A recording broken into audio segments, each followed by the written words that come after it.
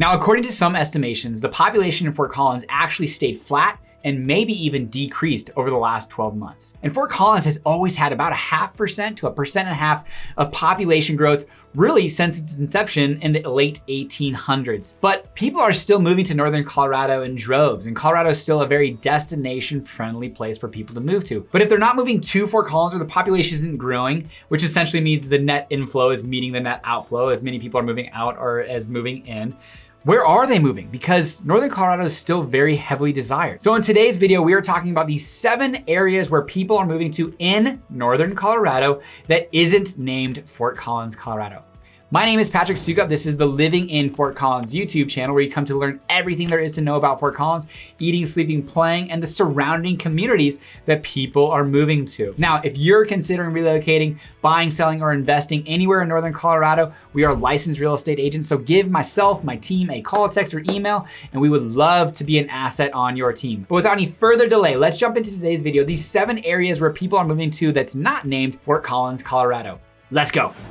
Now stick around for number 7, as it's really the number 1 area that we see most people who are considering Fort Collins that don't end up moving to Fort Collins move to. But number 1 is Greeley, Colorado. And actually US News as of February 2024 had this as the 15th hottest MSA in the United States for real estate. And Greeley is really kind of an animal in its own. Nearly 110,000 people live in Greeley with a backbone of University of Northern Colorado, JBS, founded in the late 1800s. Now, a lot of these areas in Northern Colorado are gonna be founded right at the same time. So we're just gonna say all of these areas were founded either in the late 1880s, 90s, or early 1900s. So all of that being said, Northern Colorado, that's kind of where it got its birthplace. But Greeley is pretty special and specific because it's kind of our most eastern big city in northern Colorado. And after you get east of that, yeah, you got Fort Morgan and Sterling and things of that nature, but they're tiny in comparison. So this is gonna be one of our easternmost big cities in northern Colorado. And it's just about 30 to 45 minutes away from Fort Collins, Colorado. I actually used to drive there on a daily basis when I would box. And to get to 8th Street and 8th Avenue, it took me about 45 minutes, which is really on the far east side of Greeley. But a lot of the western side of Greeley has been developed. I did a fix and flip there a few years back, and it took me about 30 minutes to get there from southeast Fort Collins. But there's a lot of different industry, a lot of growth. Greeley itself is a vibrant community with a very strong university in University of Northern Colorado that people find themselves exploring, really if they're looking kind of for a more affordable option, because I would say it's probably one of the most affordable options in all 7 of these communities that we are going to explore. But it's an extremely desirable place to live, very close to Denver, close to Cheyenne, and only about 30 to 45 minutes from Fort Collins, Colorado.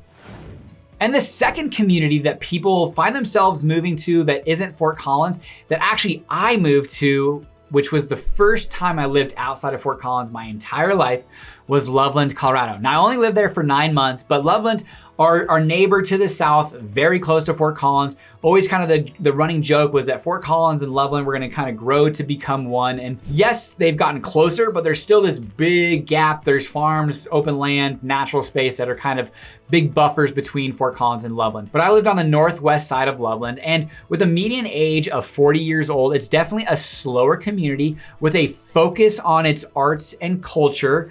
The Rialto Theater, you've got the Chapungnas Sculpture Garden, tons of sculptures all throughout Loveland. It's a very art scene and focused in and around that. And then you're very close to the Rocky Mountain National Park. Now, if you live at Mariana Butte, which is a phenomenal public golf course on the southwest side of Loveland, you're half hour from really Rocky Mountain National Park, 20 to 30 minutes from Estes, and probably 30 to 40 minutes from Rocky Mountain National Park. But that's a big driver. And the only thing that Loveland's kind of interesting is it's sprawled out in lots of different directions. There's a big focus on the redevelopment of downtown Loveland with the Foundry right there and 4th Street. There's some just really cool opportunities and growth. We've done videos in and around Loveland, but the Black Steer is still in Loveland as far as if you're looking for a good steak. There's good restaurants. The pub house, there's just lots of good opportunities, and Loveland is growing. It's vibrant. It wasn't for me. I lived there for 9 months, but it is a good option for people moving to northern Colorado. Now, one of my team's fan favorite towns for people to move to is Johnstown, Colorado. Recently, new home to Buc-ee's, which if you haven't been to a Buc-ee's, I guess it's a big deal. I still haven't been, but maybe by the time that this video gets out, I'll sneak in there. But it's like a 70,000 square foot convenience store that serves, it's based out of Texas. There's barbecue, there's fudge, there's the world's cleanest bathrooms and kind of interstate convenience stores. But it is interesting because the real estate follows Buc-ee's suggests that Buc-ee's knows what they're doing as far as investing communities, which kind of bodes to one of my team's, Zach's favorite areas, Johnstown. Building a new high school, all of the new construction there. It's a very attractive price point. You're actually got a lot of sales tax dollars coming in from Shields, from lots of different retail that is off of US 34 that actually is kind of the north border of Johnstown. And then really Old Town Johnstown that's all behind there. But Johnstown is definitely a fan favorite for affordable options. It is on the east side of I-25. And this area is definitely where a lot of net migration inflow is going. Its average annual increase is about 3% since 2020 to 2024, and nearly 20,000 people in Johnstown. So it's definitely an area where people are considering. It's even closer to Denver, but Johnstown, Colorado, home of new Buc-ee's right there, and a lot of cool things going on with the new high school and the growth of Johnstown. In Windsor, Colorado, based off of our demographers, Windsor, Colorado is one of the fastest growing areas in all of Colorado. And we are seeing significant growth on both the east and west side of Windsor. I would say my only thing that I'm not a huge fan about Windsor is it's kind of bottlenecked down in and around Old Town. You've got really good growth, kind of Rain Dance, Jacoby Farms. You've got Highland Hills or Highland Meadows, Ptarmigan on the west side. You got Greenspire, Prairie Song now. That's kind of going more on the east side and close butting up to Severance. There's just a ton of growth all around Windsor, Colorado. Not a ton of restaurant opportunities there, so you would find yourself going to Fort Collins a fair bit, but it has one of the best restaurants there in Chimney Park and the Hearth as far as being there. A new Pizza Vino area that was had a 25-minute wait on a Thursday night. We've gone there for eating after our kids' soccer practice. My sister lives in Windsor, Colorado. It's had an annual average growth rate of 6.4% since 2020, with nearly 43,000 people estimated in 2024. But Windsor, Colorado, only about 10 or so minutes from the southeast side of Fort Collins, but a growing area just to the south of Timnath, Colorado, north of Loveland technically and Johnstown, and then butting up close to Severance, Colorado on the east side of I-25.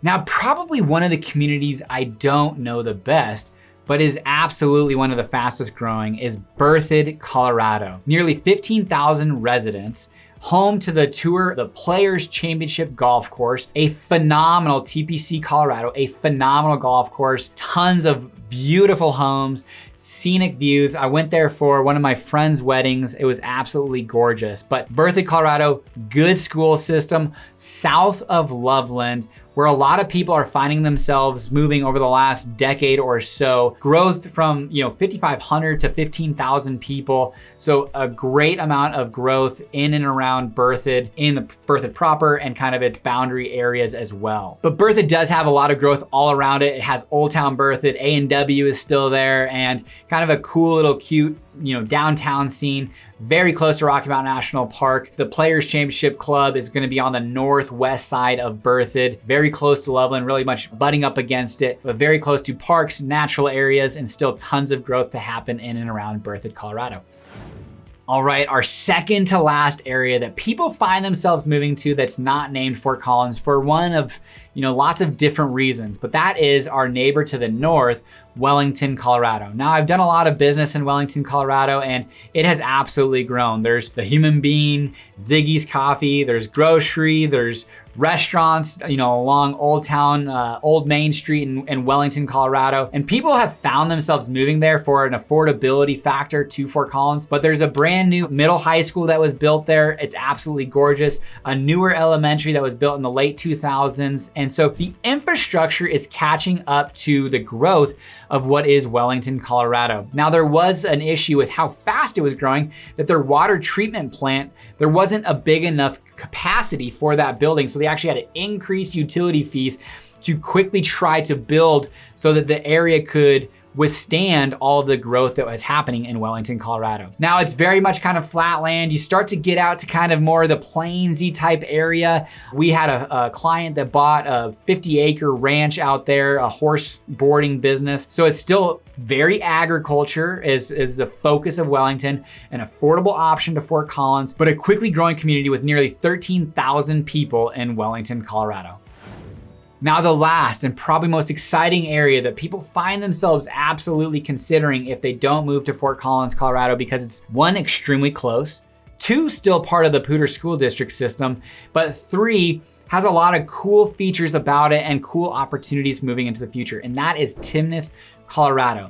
I can tell you that we've had more closings in Timnath, Colorado this year than we have had over the last few years. Timnath Ranch, Trailside, Timnath Lakes, new construction there, Harmony Club. We have just got a ton of folks that love the idea of Timnath. And it was interesting because in 2007, Timnath was Nothingville, USA. I mean, I grew up riding horses there when I was a kid, and there was, 400 people living in Timnath, Colorado. And then in 2007, the Harmony Club got built, and there was this world-class, I believe it was Jack Nicklaus built golf course that really drew a ton of eyeballs, but it was still out in the middle of nowhere. And my uncle actually built out there in 2007, and everyone was like, what is going on? And it took 10 years for the clubhouse to kind of be built out the way that it was, the restaurants, the amenities. And so for 10 years, there was kind of not a lot going on in Harmony. Well, I should say this, there was a lot going on in Harmony, just not necessarily at the Harmony Club.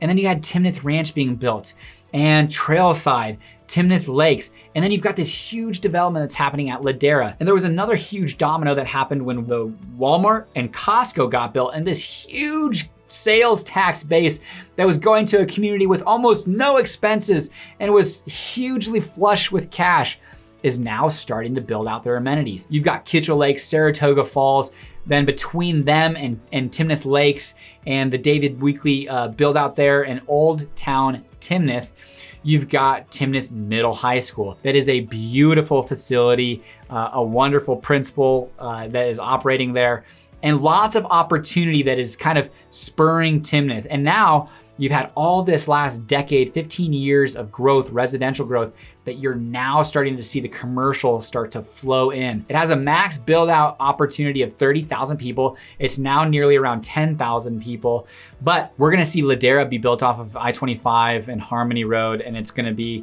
an absolute game changer for commercial there. There's still not a ton of restaurants or anything like that, so if you're living in Timnath, you're probably gonna be going to Fort Collins or Windsor and enjoying yourself a restaurant meal if that's what you're kind of into and doing. It's very much a suburbia at this point, but with tons of future growth potential. And a lot of people see how well maintained, how well kept, and exciting Timnath, Colorado is. Recently had a new police department being built 24/7, and lots of different commercial kind of following suit. So we find a lot of our clients exploring and liking the idea of only being about 10 to 15 minutes from Fort Collins, depending on the route that you go. But there is some traffic on Harmony Road. 8 o'clock it's gonna be busy going west from Timnath to Fort Collins, and 5 o'clock it's gonna be busy going from Fort Collins to Timnath. So there you have it, the 7 areas that people are moving to that is not named Fort Collins, Colorado. And with some of these growth rates of 6%, 7%, 3%, Timnath, Colorado had 1,000% growth rate, based off of earlier numbers in the early 2010s. You can see where a lot of the population is moving. So it's not that it's not coming to Fort Collins or Northern Colorado, it's that it's being redistributed a little bit amongst these really cool communities. And if you're considering one of them, we absolutely have experience in them. Would love to be an assistance for you if you're considering a relocation. So never hesitate to give us a call, but thank you for watching. And until next time, guys, take care.